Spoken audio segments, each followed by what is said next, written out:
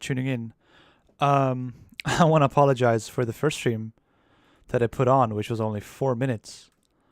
Um, yeah, I had to do something else, so I kind of had to interrupt the stream. But we are back now, and I wanna do some research. So we already started filling in this, and I think we can I think we can set a timer for 45 minutes. So let's set a timer. All right. So what is the one goal that I want to accomplish? I want to make a LaTeX document. If I were to finish, I want to like research how to do research. How will I get started? New project file. And then what hazards are present? Well, the internet, my phone, and I guess that's about it. All right. So let's go to the projects directory. And like we already have a book, like ML book, but I kind of want a new one. I want like it's called research. And let's copy this actually. So let's copy this.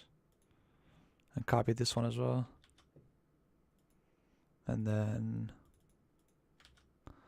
let's call that research.text.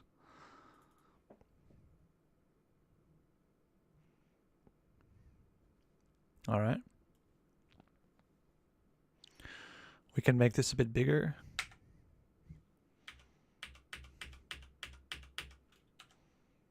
All right.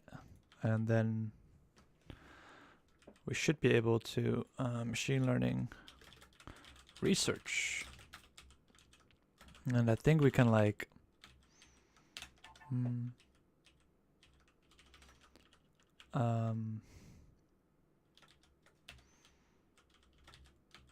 so let's just get rid of all of this actually.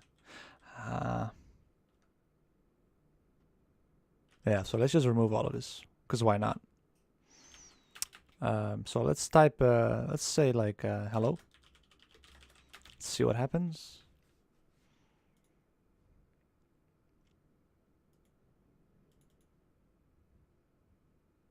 Let's open up this one.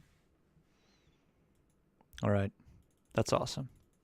The font's a bit too big. Oh, put it at 12.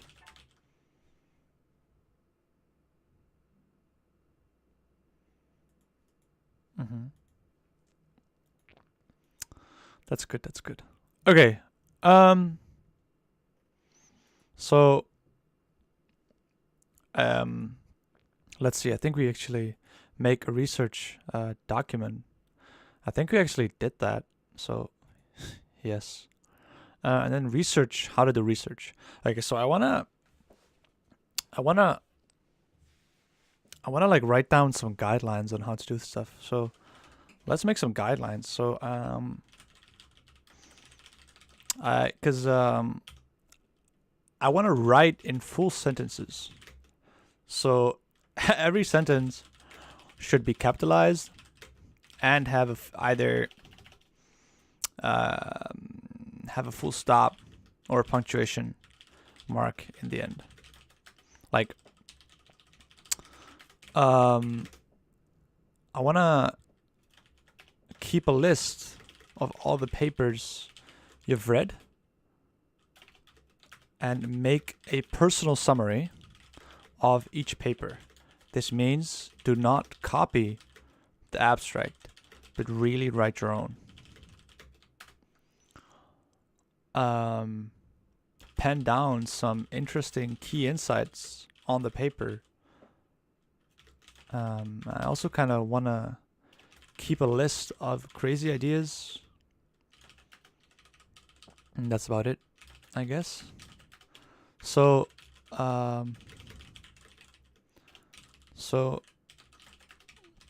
let's keep a list of the papers we've read. So in chronological order, actually, I think the first one is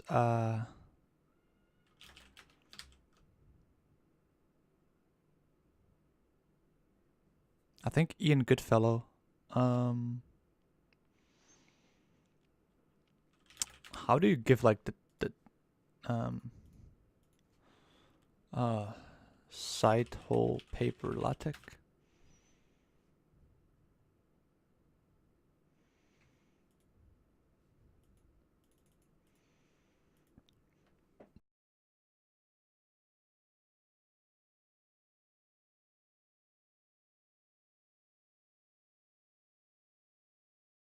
We do like Ian Goodfellow.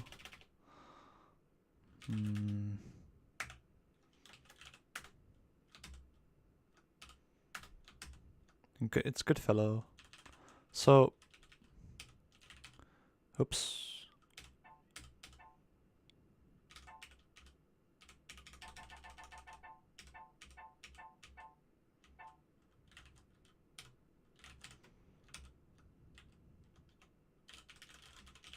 Let's see if this works. I doubt it. No. What if I did like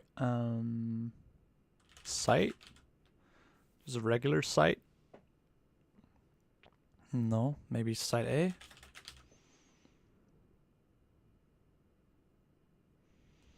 Okay, so I check.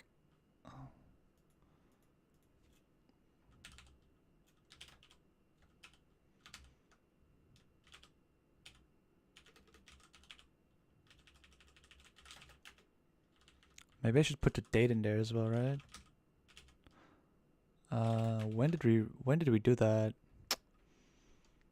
When was that? I think it was stream. Do we have like stream history? Some text document? Twitch.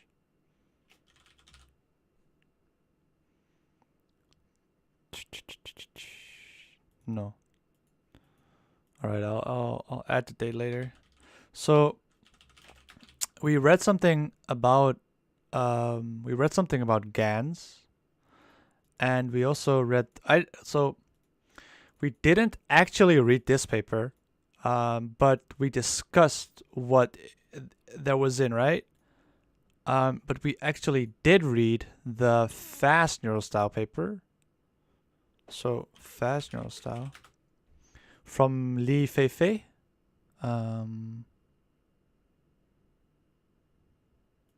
So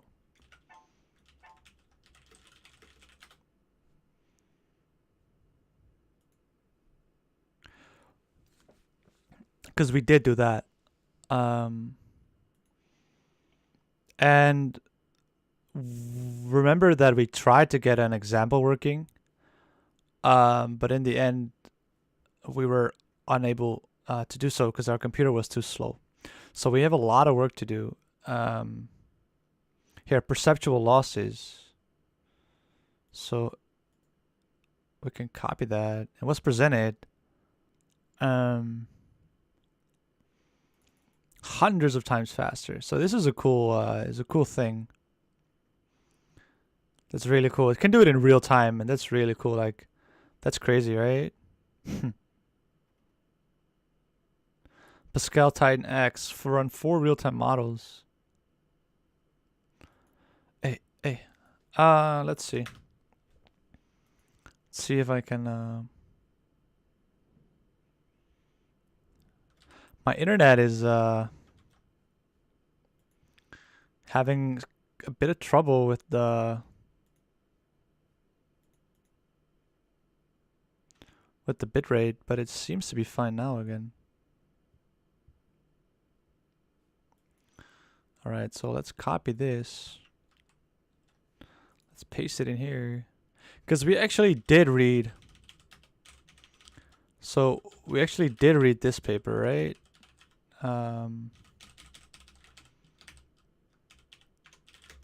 What's it called? Perceptual losses for real-time style transfer and super resolution.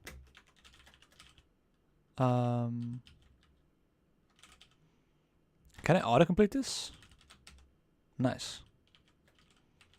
All right.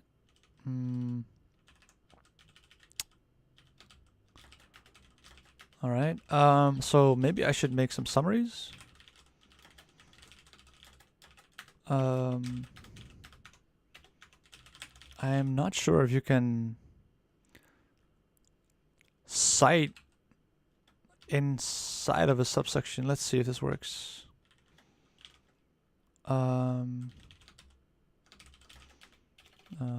Test.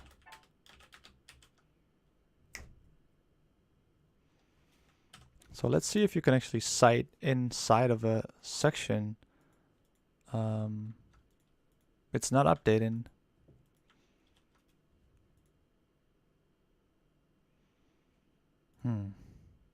Oh, it gives an error here. All right, so let's see what the error is. Yeah, I don't think you can cite.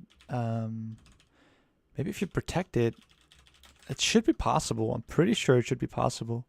I mean, it would be weird if it wasn't possible.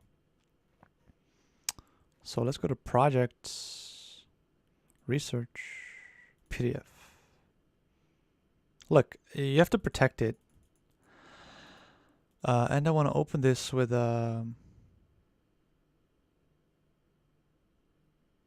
text shop. All right, so write in full sentences. Oh yeah, so keep a list of crazy ideas, full stop.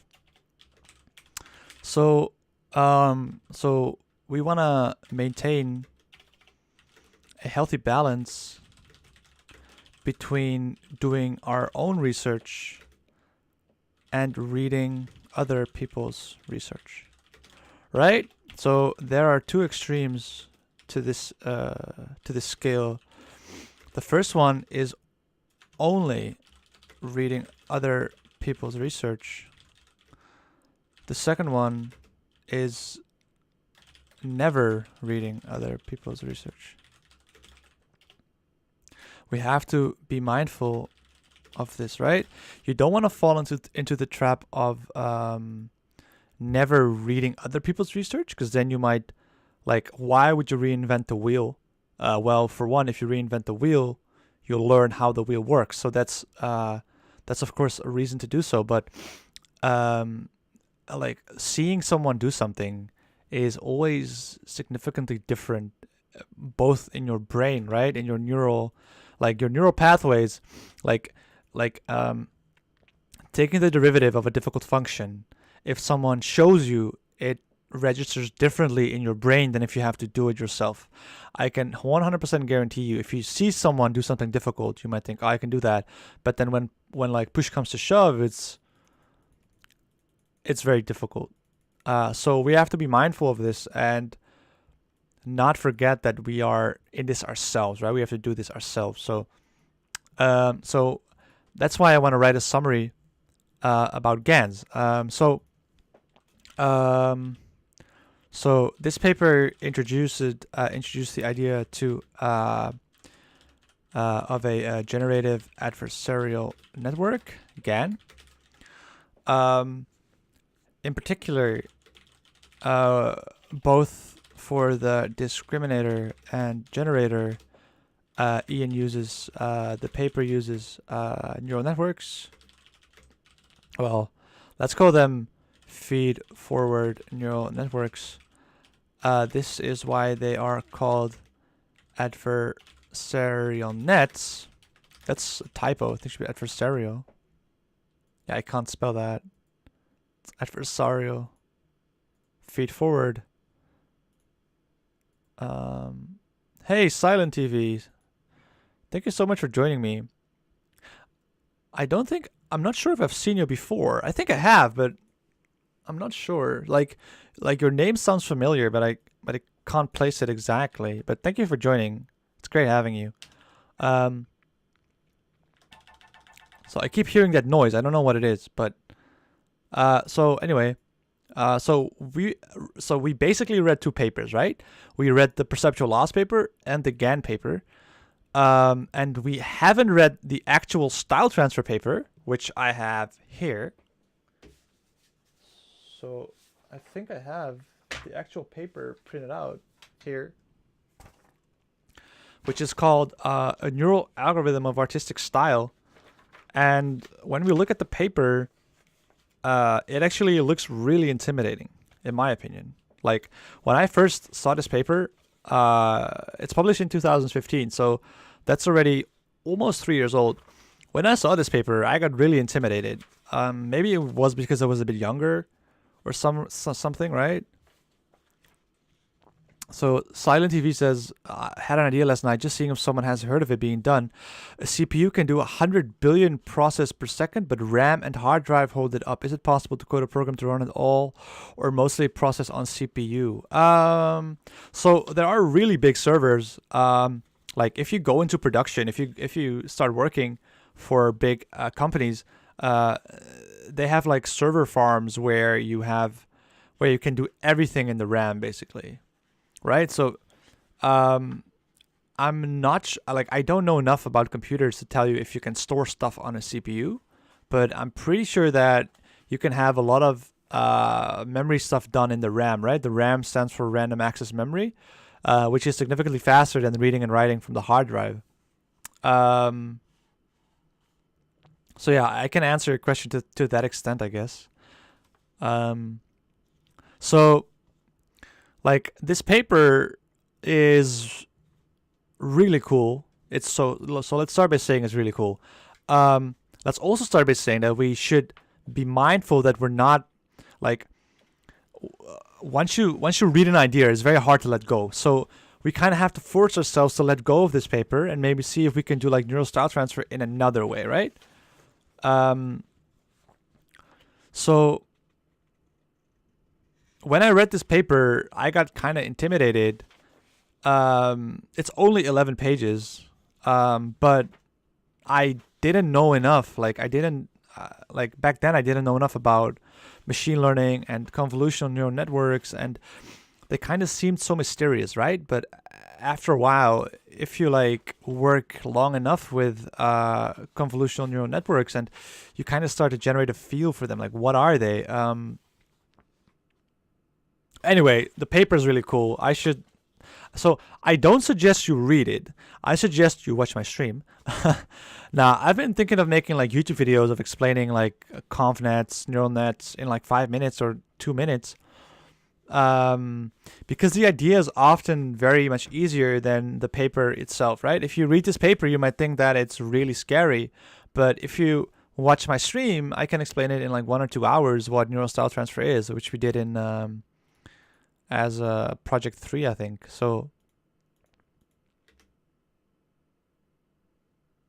So here we explain like neural style transfer, like what it was completely from scratch, right? But to do that, we needed to know conv nets. Yeah. All right. So let's continue. So punctuation.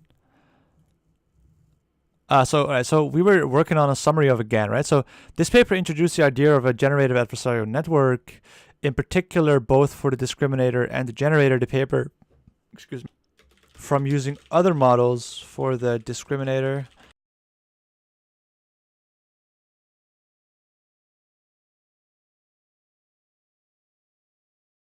and the generator. The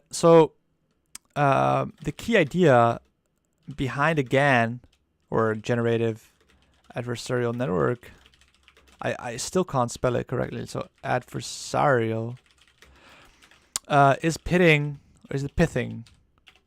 two machine learning algorithms against each other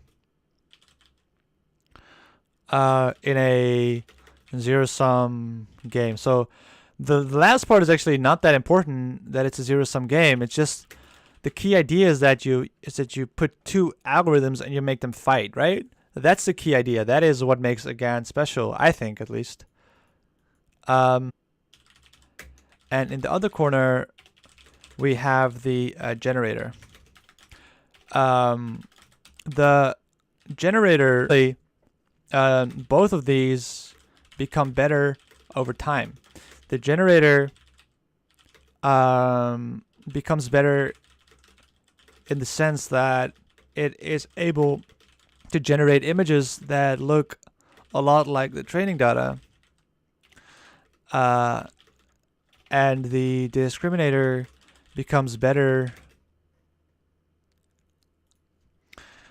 in the sense that it becomes better at separating the fake from the real imagery. There is an annoying equilibrium where the generator is so bad that the discriminator has no trouble separating the fake from the real images. Separating the fake from the real images. In this equilibrium, the discriminator can perfectly separate the two, and the generator is unable to make good forgeries because all his attempts are being caught.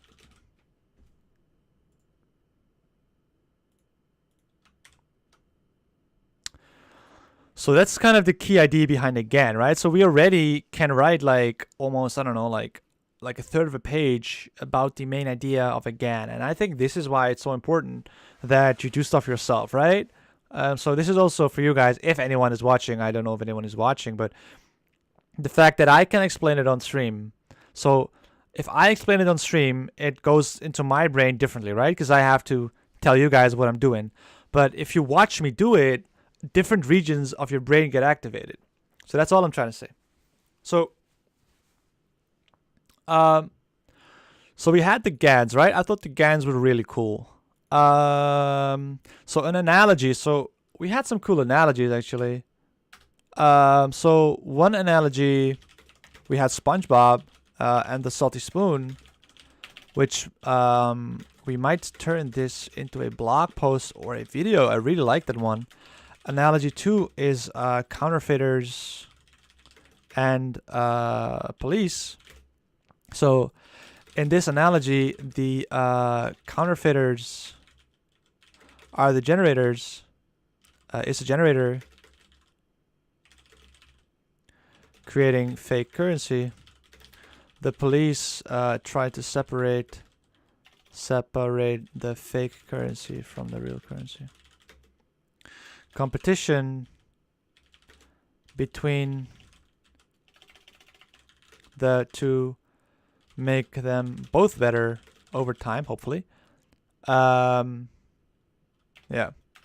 Then there's an annoying equilibrium, and there is another equilibrium where the generator is so good that the discriminator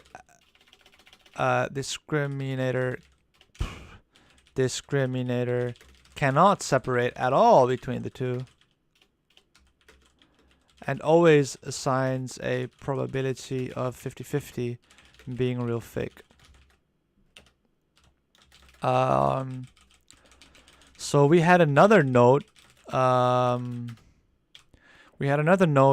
so when we train the generator, we keep the weights of the discriminator fixed, and vice versa.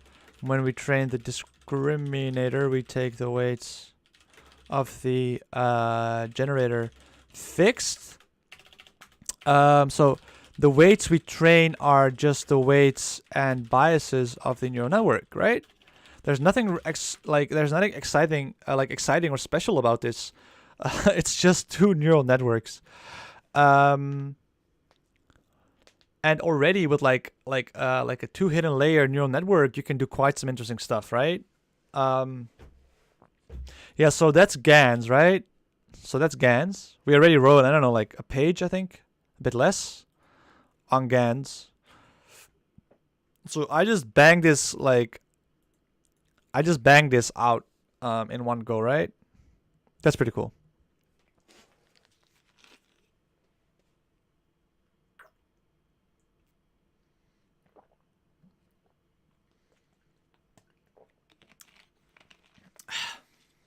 I actually want to keep a list of insights, I think. So I want to keep a list of insights. Kind of like...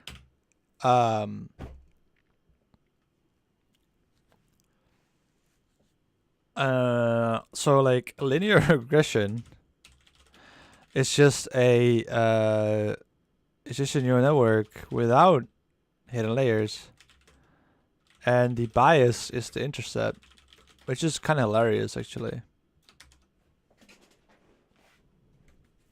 All right, that's pretty cool. All right, so for the second paper,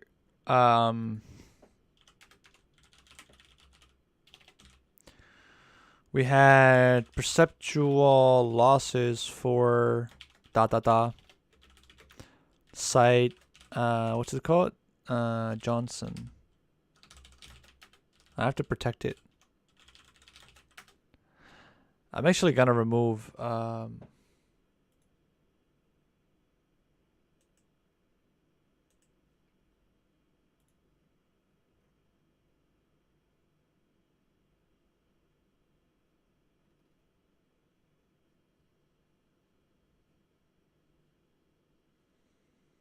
hello?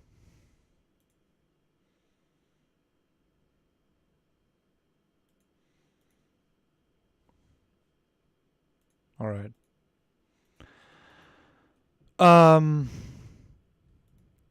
Okay, so we did that insight, and then we did this thing here. So, so this paper introduced perceptual losses for real-time style transfer.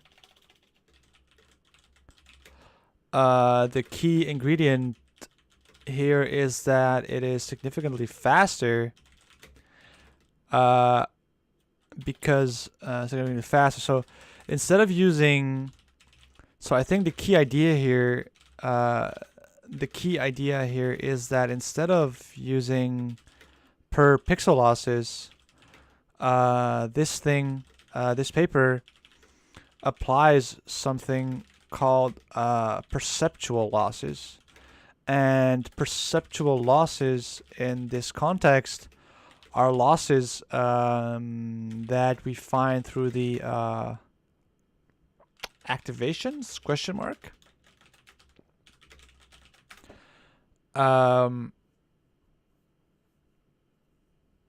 Yeah, so this paper makes use of pre-trained VGG. This paper makes use of pre-trained models. I think it kind of puts two models in sequence.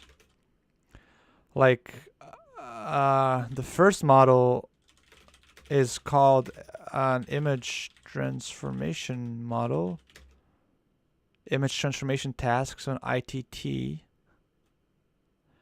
The second model is a pre-trained model. So it uses a pre-trained idea. And then if we actually, maybe we should then also save the papers.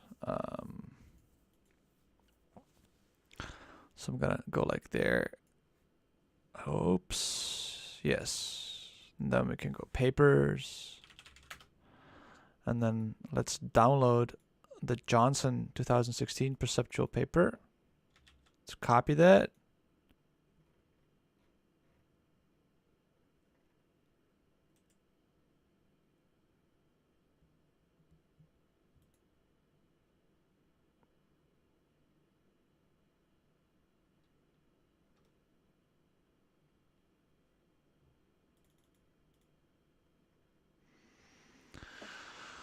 That's pretty cool.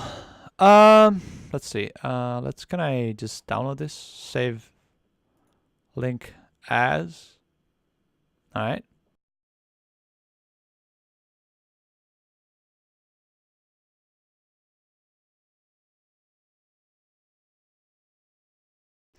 And then we had the Goodfellow paper.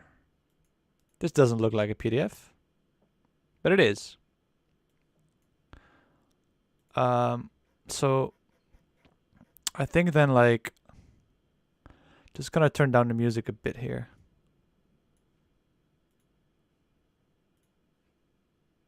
So we train an image transformation network to transform input images into output images. We use a loss network pre-trained on image classification to determine perceptual loss functions. The loss network remains fixed. Excuse me.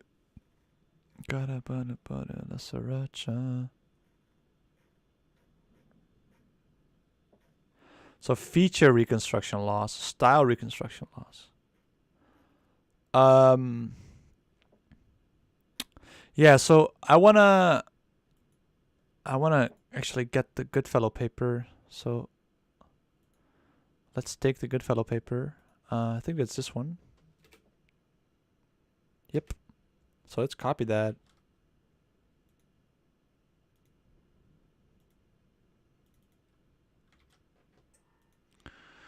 Which is Goodfellow 2014 actually. So all right. So then we have the neural style paper. Neural style transfer, which is this paper.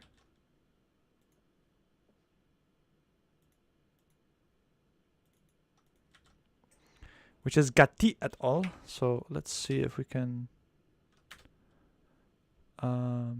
Gatti 2016 actually. Interesting, huh? 2016. 16? Are we sure about that? For some reason, I think this paper should be done earlier. Wait, is it? It's 2015. I have a preprint here. So it got published in 2016 then, I guess. Anyway, so this is neural style transfer, right? We did this. So let's make another subsection. So neural style transfer. Gatti. So so the main idea behind neural style transfer is to take a content image and a style image and create a new image G, a new generated image, which has both the content of image C and the style of image S. So that's the key idea. And how do we do that? So then we have to be very mindful about what exactly style means in this context. And I believe that we came to the insight that style in the word, that style in neural style transfer simply means the gram matrix of the features of the conv nets, of the convolutional nets. But let me see, because I am not precisely sure about that anymore.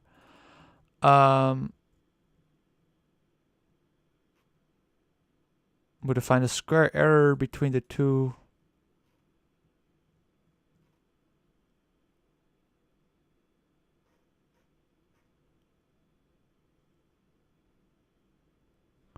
Yeah, so matching style representations, right?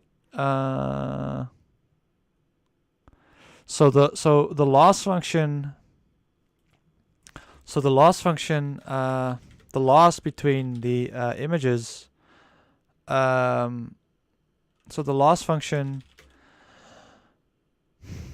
is split into a content loss and a style loss. That's also a thing. And then 1 over, so it's very small. So alpha is really small. So the style is very large. But this is also something you can fiddle with.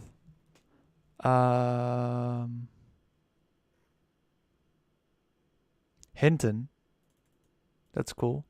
2012. That's almost like ages ago. The problem with this is, or I don't want to say the problem, but the key finding of this paper is that the representation of the cell are separable. That is, we can manipulate both representations independently to produce new perceptually meaningful images. To demonstrate this finding, we generated a mix of the necrophont and the well-known artworks from different periods. That's pretty cool.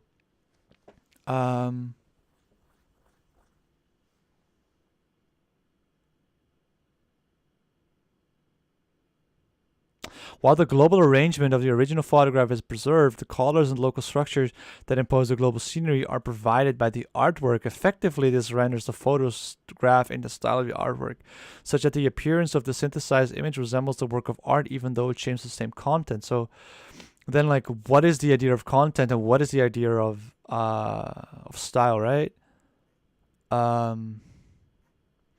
Style can also be defined more locally by including a smaller number of lower level layers, leading to different visual experiences amongst the rows. So this is just like, that's pretty cool. So like reading such a paper is quite difficult, right? But if you read a tutorial, it becomes actually a bit easier.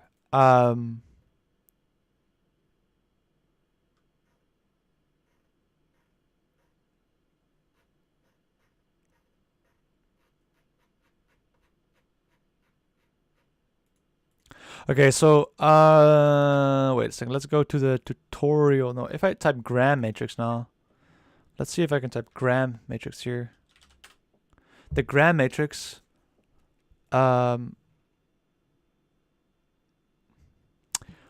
So we have the feature correlations are given by the gram matrix. To generate, we use gradient descent from a white noise image to find other images that matches the style. This is done by minimizing the mean square distance between entries of the gram matrix and the gram matrix of the image to be generated. So I'm gonna copy this. This is done by minimizing the mean squared distance between the entries of the gram matrix of the original image and the gram matrix of the image to be generated.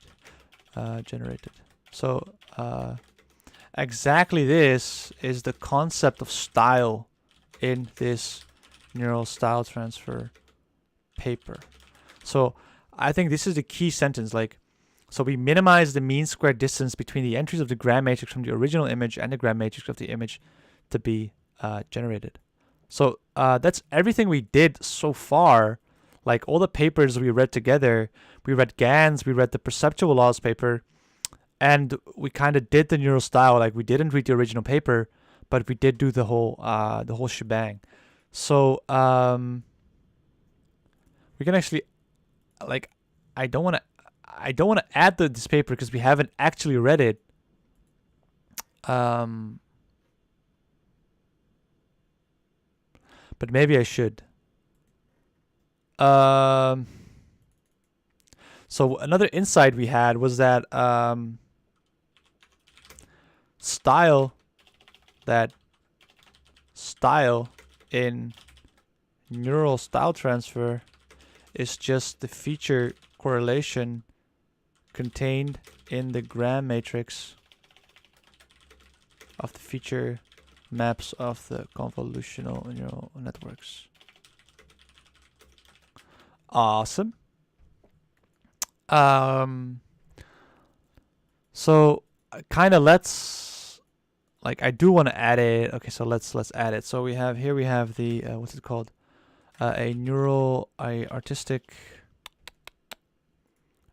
algorithm for artistic style.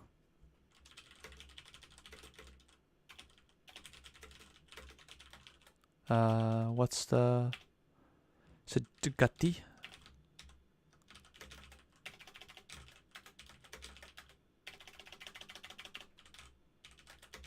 All right.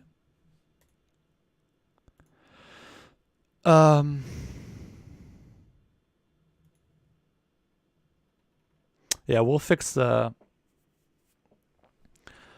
We'll fix the question mark later, I guess. All right, keep a list of crazy ideas. Pen down some interesting key insights. We did that. Make a personal summary. We also did that. I kind of want a list of jargon. So a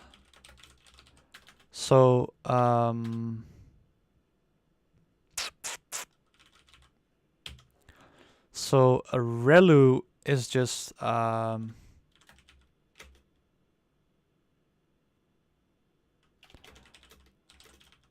is like x plus, or maybe like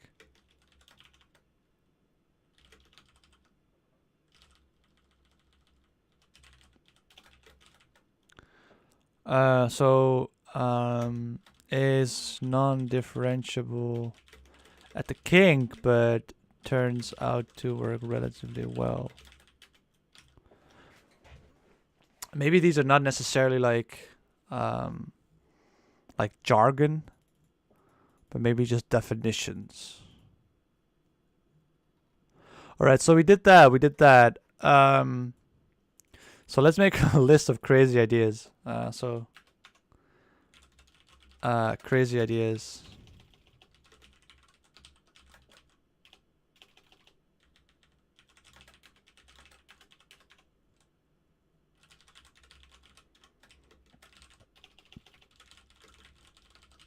Okay, so this is gonna be kind of like stream of conscious writing.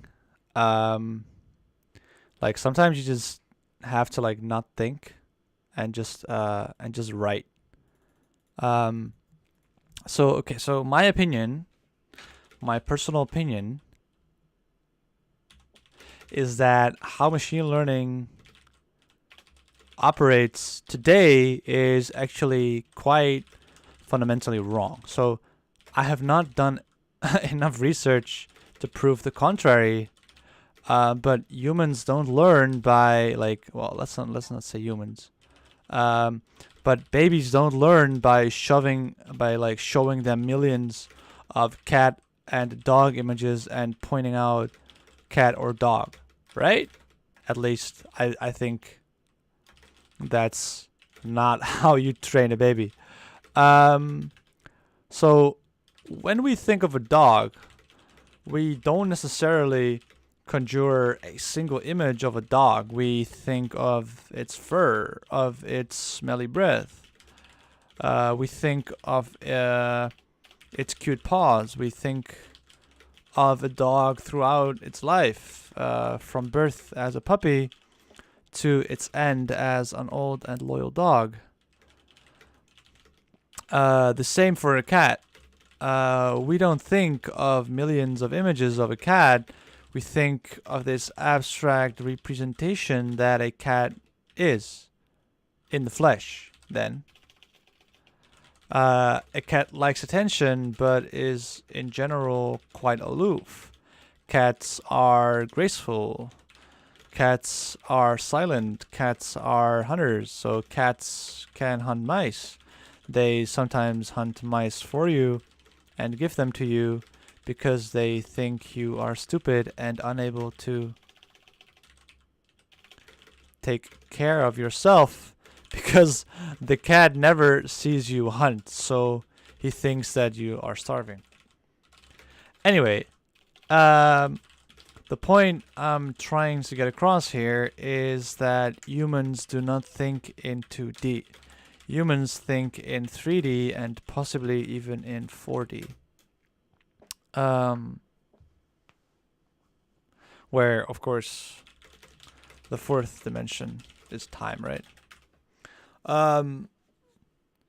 So I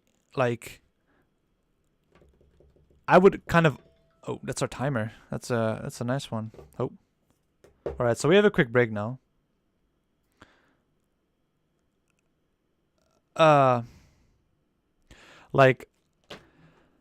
So let's first fill in super work and then take a quick break. So end time is 13:45, 55. What did you do to Psycho? Actually, so we made a research document. We made summaries of the 3 papers we read. We conjured up some 3D machine learning speculation. Any instructions? No. Things to improve next cycle? You tell me. Awesome. So we actually did that. That's really nice. So let's have a 5-minute break. I'm gonna set up a timer for 5 minutes. Just gonna stand up, pace around a bit, because you don't want to be sitting all day, right? Sitting all day is it's rather bad.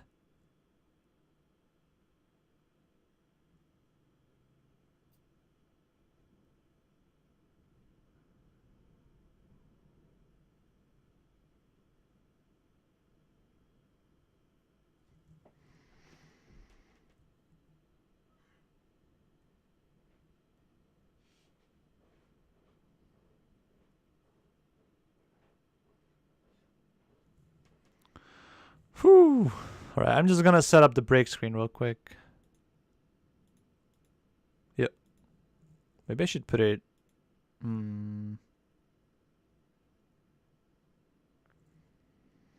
I'm just gonna put it above actually, so I have a tiny bit of privacy. I'm gonna mute the mic. Okay, so I'll be back in like 5 minutes. I'm gonna make a tea and then I'll get back to you guys. All right.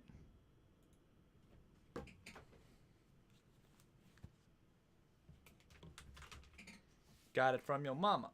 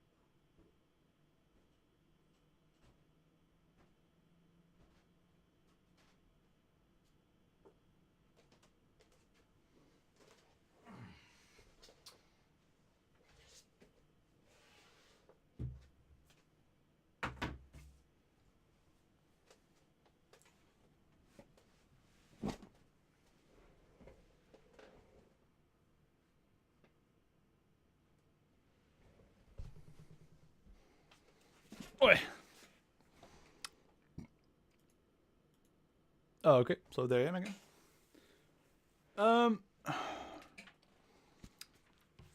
Yeah. So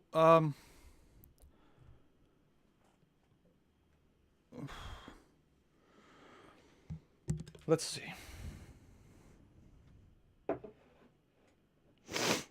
What can we do? Good question. So maybe, like personally, I really like this 3D machine learning idea, but it's so like, I don't know. Let's maybe think a bit more. Oh, that's my timer.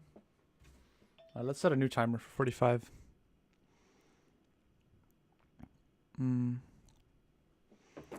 So let's flesh out this 3D machine learning idea a bit more. If we were to finish this task, what could we do? We could read or find papers thinking about this idea. How will I get started? I don't know. Continue writing. Internet, phone. So, like,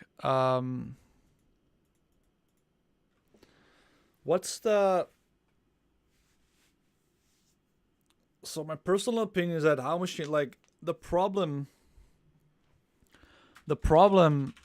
with today's machine learning is exactly what makes it so popular and effective.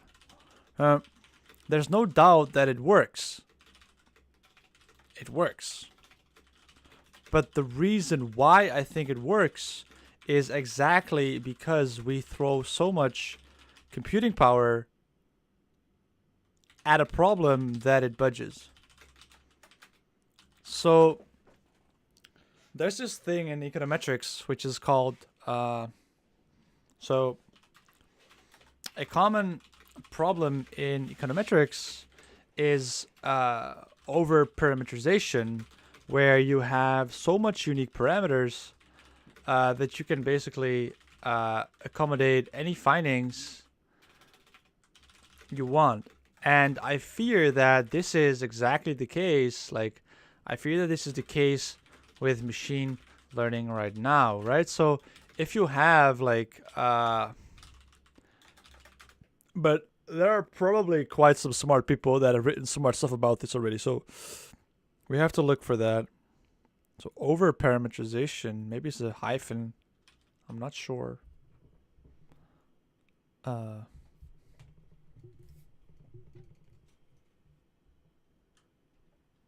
right, stay. Good. So like, I'm pretty sure that some smart people have written like tons of stuff about this already. So let's Google that. Let's go for over parameterization machine learning.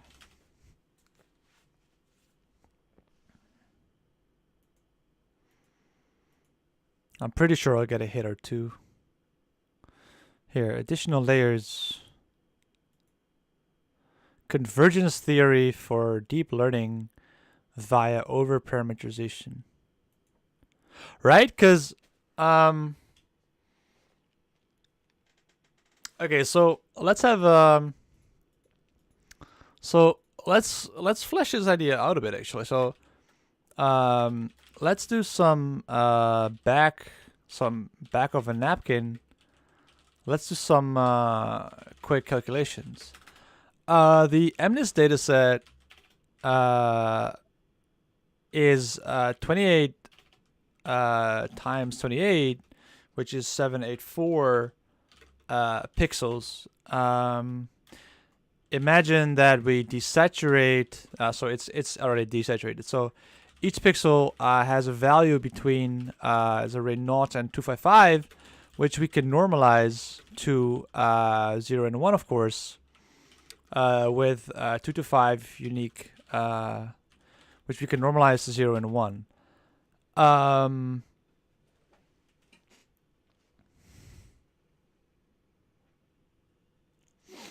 So theoretically,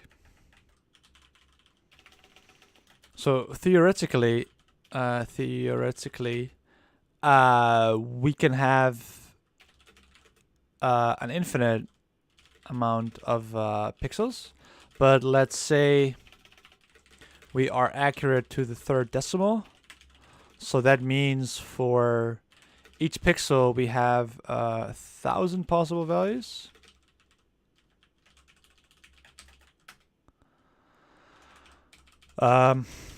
So, but this just means that every pixel, so then if there are 1,000 possible values, then we have 784 to the power of 1,000. Is that true? So imagine you have 2 pixels, and every pixel can have like 1,000 values. Then you have yeah. Let's look at the difference between permutation and combination.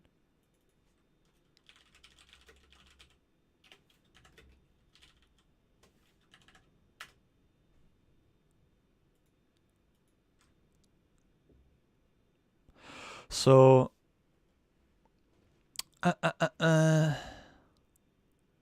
just give me the darn definition. I don't care about towards data science. God, they're everywhere.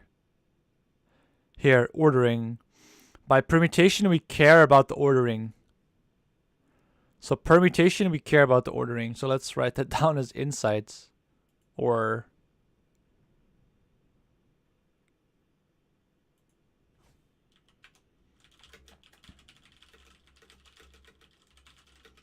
so a permutation and a combination. So the MNIST data set is like 784 pixels, right?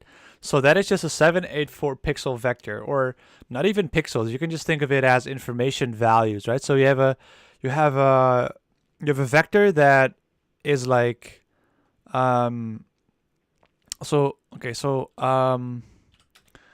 let's call each image, imagine we have n observations, each observation denoted with xi equals, and then we have 0, 0, 0, which is in the R space of 1 times 784. And I'm putting it as a row vector. Of course, it doesn't matter whether. I would personally prefer. I would like.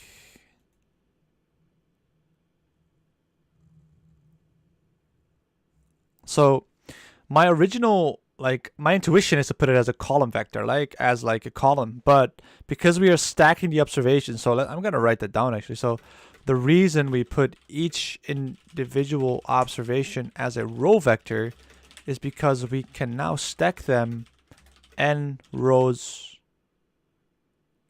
We can now stack the n observations as rows. All right.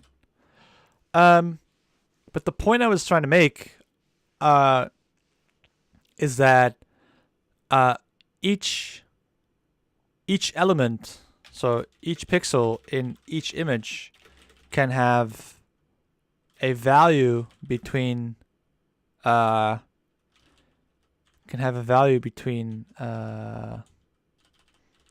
have at maximum 1 of 1,000 values. So all I'm speculating now about is kind of the space in which the problem lives in, right? So in the worst case, we can have 100. No, we can have 784 to the power of 100 unique images.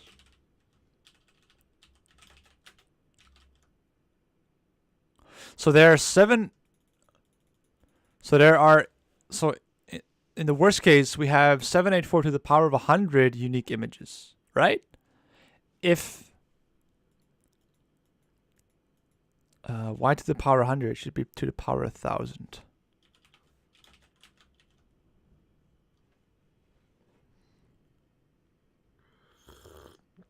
So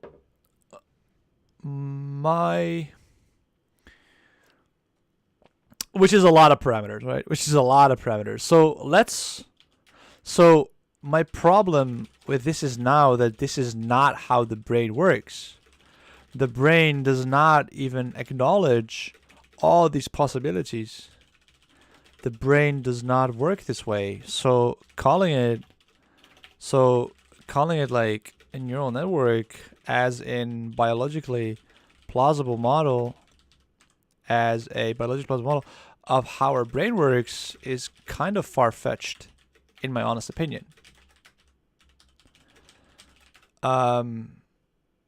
Right? At least that's how I think about it.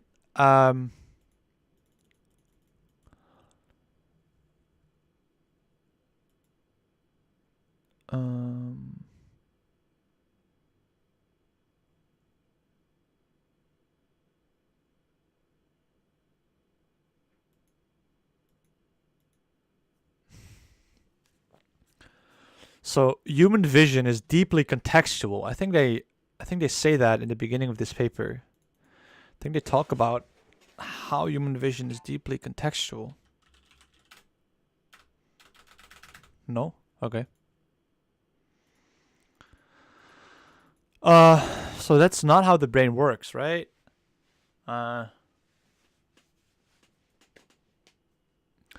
So let's have a quick think about. Let's think about this. Alright,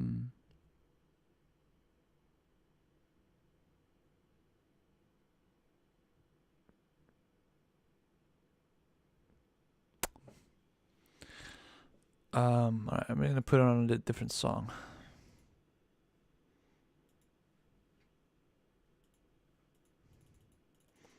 So I'm not really sure where I'm going with this, but the point I'm trying to make, like the point I'm hopefully eventually getting across, is that if we have a finite number of unique possibilities, and we have enough parameters to accommodate all these possibilities, we are just we're just over parameterizing the whole thing, and we can just fiddle around with the parameters until we get a perfect fit, which is exactly the thing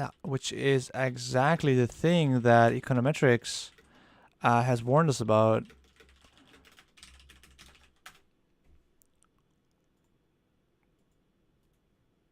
So so let's simplify this model a bit. Imagine that we are playing tic-tac-toe, right? So tic-tac-toe is a 3x3 game. It has thusly it has 9 squares. Each square is either empty, filled with a cross, or a circle. So in total, there are 9 to the power of 3, which is 81 squared, which I don't know by heart. 81. 9 to the power of 3. 722 possible unique board states. Right? Let's see if this is correct what I'm writing down now.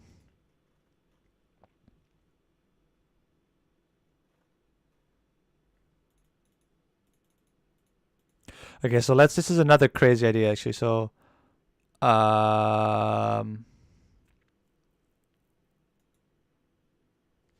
this is actually my problem with today's ML AI, actually. So this is actually a kind of a second crazy idea.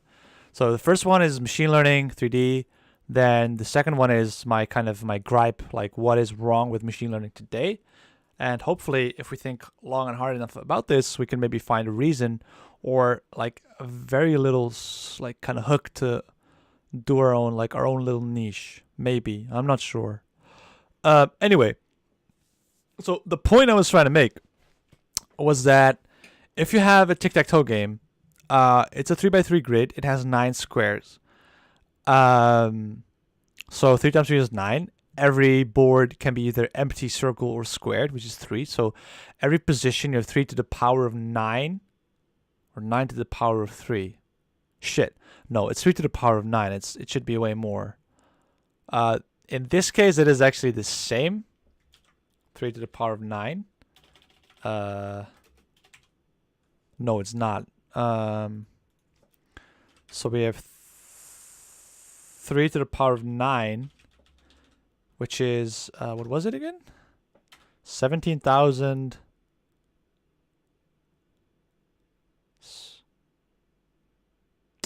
This is roughly 20,000, so it's 19,683. So 19,683. 19,683, which is approximate 20,000. Sure. Possible.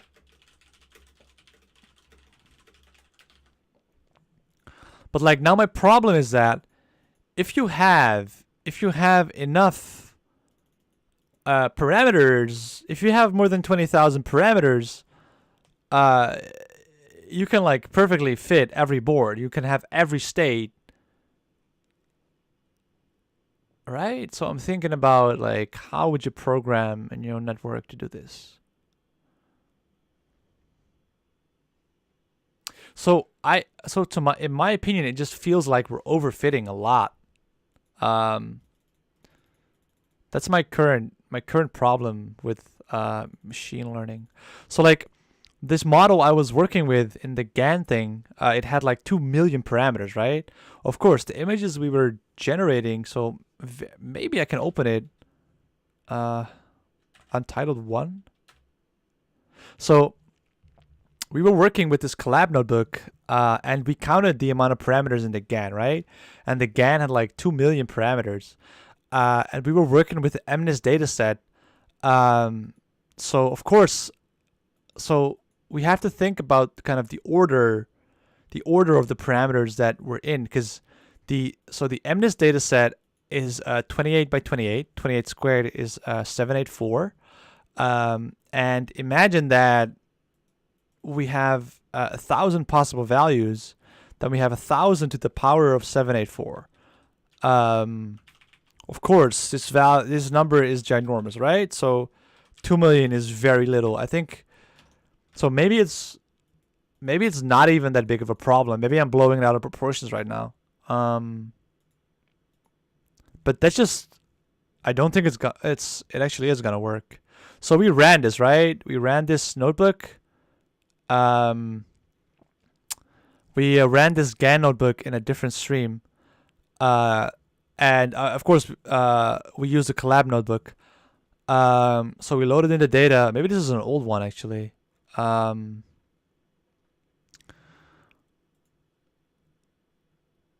But actually, can we solve an equation here? Let's see. So Wolfram alpha.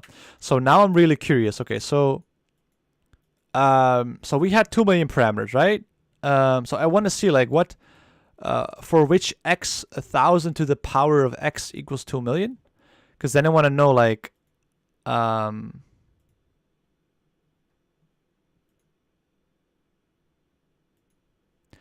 maybe it's actually, maybe I'm, so okay, wait. So now that I'm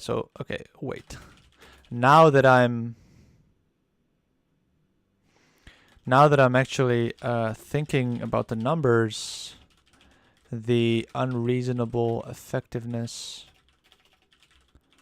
of machine learning and deep learning in particular might make sense. The MNIST dataset has 1,000. So say each pixel value can have, let's say 100. One can have 1 of 100 unique grayscale values between 0 and 1. Then we have 100 to the power of 784 unique images, right? So what I was thinking of saying was that if you have this much parameters, then you can basically fit any model. But if you now look at the actually like, let's say, okay, let's keep it at 1,000 actually. Maybe 1,000 is better. So if we have 1,000 unique values, which is not unreasonable, 1,000 to the power of x equals 2 million. We can do this by heart actually. We should be able to do this by heart. Let's see. So let's go to Python. And then if we take the log, so we take the log of both sides, the x comes to that side. So we take the log of 2 million divided by the log of 1, 2, 3, 4, 5, 6 divided by the log of 1,000. Log is not defined. Import math. Log is not defined. ln is not defined.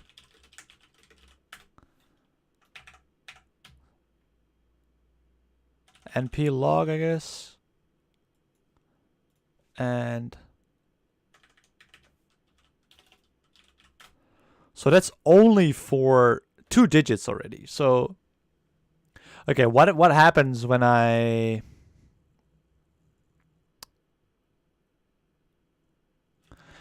can I do like a table to the power of x? Table x from 0 to 10. Let's see what this gives.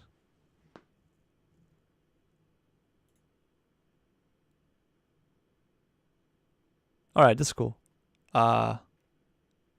Okay, so maybe my maybe my fears of overfitting are actually not justified. So this is also another interesting thing, right? If you think about your own issues, if you think about like, if you take the time to think through what you're saying, at least I hope I'm thinking it through, like, then you might come to some ideas where you have this my problem with AI, which is actually not a problem at all, right? So what I found out was that there are so much more unique combinations possible that 2 million parameters doesn't even make that, like, it starts making sense if you have like so much unique possibilities, and 2 million parameters is not that much, right? But still, I'd argue that the human brain is the human brain does not have that much parameters. I think that there is some background process that allows us to function so well in this environment. I think it's really cool. All right, so what do you do when you see a paper? You look where they're from. They are from Princeton, Google Brain. Okay, so that's should be high quality.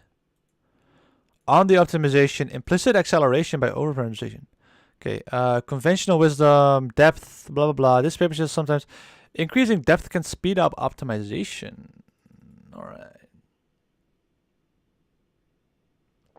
Linear neural networks.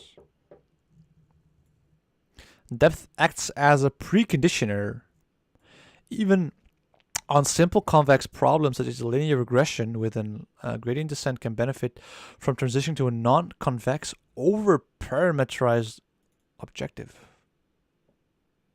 We also proved that it's mathematically impossible to obtain the acceleration effect via gradients of any regularizer. Huh.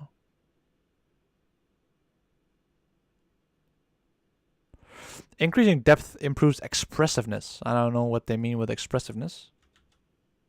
So maybe I can make a small list of questions as well. So section questions, itemize. What does expressiveness of a deep neural network mean? And then let's also put the source in there.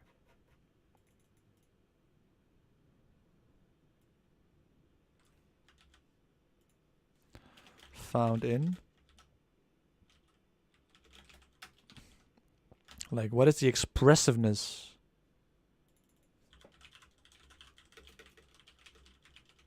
Oh, oops.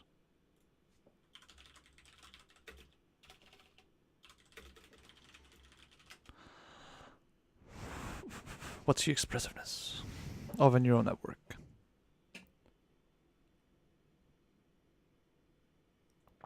Okay, so single authored. That's pretty cool.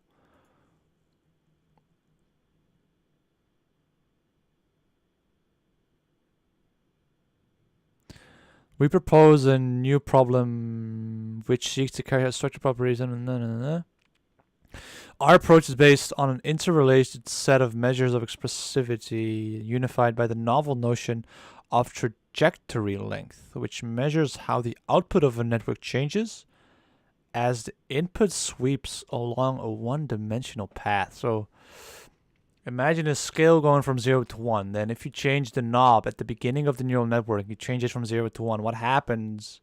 How much does the output of a network change? Our findings can be summarized as follows. The complexity of the computed function grows exponentially with that. All weights are not equal. Trained networks are more sensitive to their lower initial layer weights. Regularizing on trajectory length is a simpler alternative with the same performance.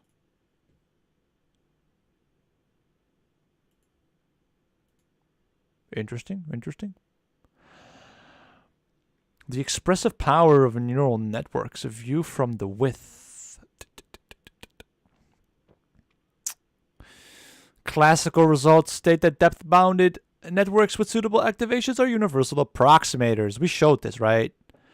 Well, no, we didn't show this, but this is a result, which one of the papers is Sabenko, which I probably hinted at so much times already.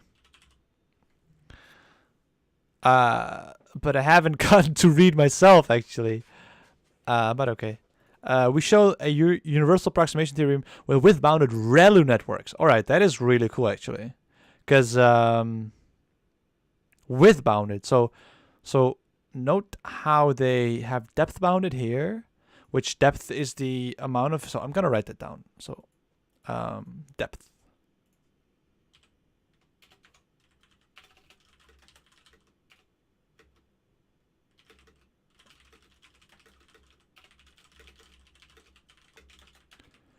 So the depth is like the amount of hidden layers. The width of a neural network. The amount of nodes per hidden layer. Moreover, except for measure 0 said, all functions cannot be approximated. Wait a second. Except for all functions cannot be approximated by a width n neural ReLU, which exhibits a phase transition. Recent works demonstrate the benefits of depth by proving depth efficiency of neural networks. That is, there are classes of deep networks which cannot be realized by any shallow network whose size is no more than an exponential bound. Here we pose a dual question of the width efficiency. Are there wide networks that cannot be realized by narrow networks whose size is not substantially larger? Our results provide more comprehensive evidence that depth is more effective than width. Okay.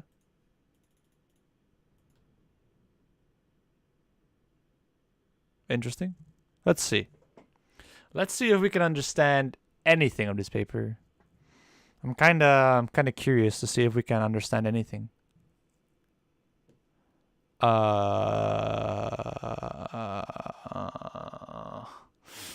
So I don't. The paper's written by Chinese people, and I'm not sure if it's correct or if I can read it at all. It's probably gonna be some pretty hardcore math here.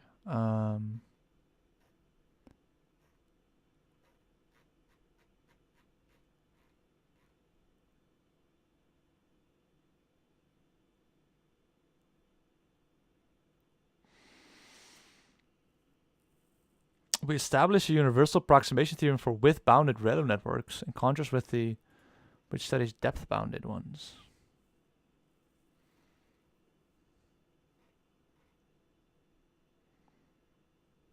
We show that any Lebesgue integrable function can be approximated by a fully connected with n+4 ReLU network to arbitrary accuracy with respect to the L1 distance. In addition, except for any negligible set,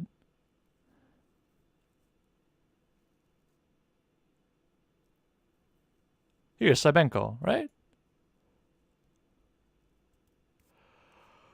So, let's actually let's write down what this guy writes down about Sabenko, right? So,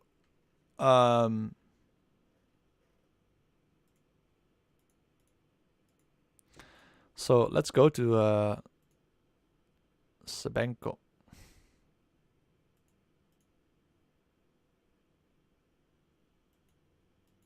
Come on.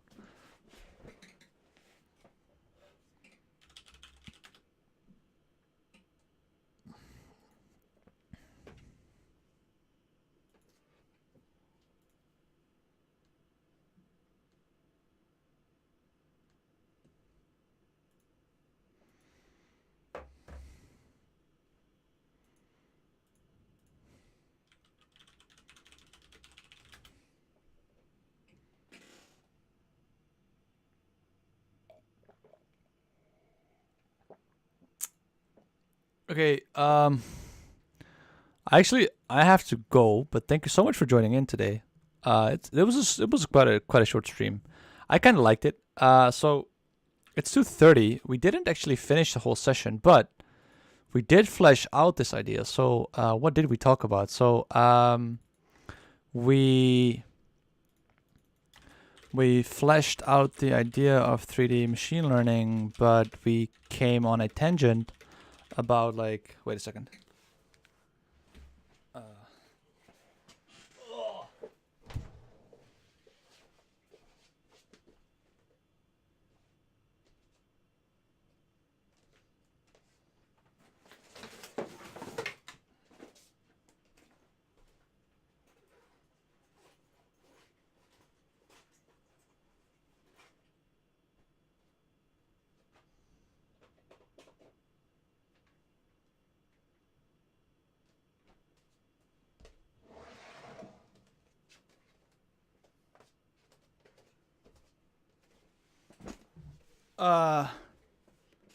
But we actually went on a tangent about the amount of parameters in a neural network.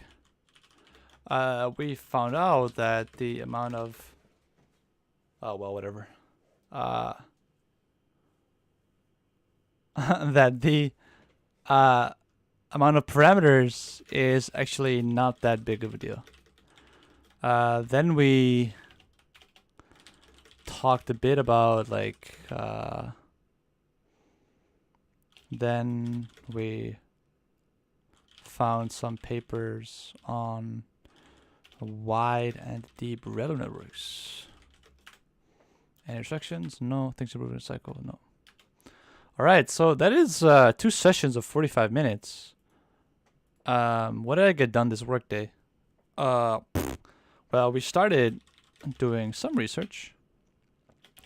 So we did roughly 1 hour of 30 of research. Awesome. So we made a document. We wrote 5 pages. So we made a research document. We wrote summaries about GAN and style transfer and fast style transfer. We talked a bit about some crazy 3D machine learning ideas and overfitting. It was fine. It was decent. Where did I get bogged down? Nowhere. What went well? I streamed. So yay me. Any other notes? Maybe put down a schedule for regular viewers. Alright, so thank you so much for tuning in, my single viewer. I really enjoyed having you. It was nice having you. Hopefully you were able to learn something. I actually did learn a lot, even though no one watched. I did learn a lot. So I made a document about research. We made some notes about GANs, about perceptual losses, and about style transfer. And I was thinking of adding some stuff about like Sabenko, right? But I haven't gotten to that yet. So then we went on a tangent, and I wrote something about 3D machine learning, and then I wrote something about my problem with today's ML AI, which in the end, when we thought about it, it's actually not that big of a problem, right? But still, I think it's something to think about. Then we did some jargon, and we had some questions. So yeah, thank you so much for tuning in today. I'm gonna go. So second viewer, I'm so sorry you just arrived at the moment I'm closing the stream, because I have to head to the gym, and I realized that the gym closes at 4. So maybe if you leave me a follow, you will get a notification when I come online again. So I want to thank you so much for tuning in today, and I'm gonna head to the gym. So thank you so much, guys. Have a good one. Thank you. Appreciate it.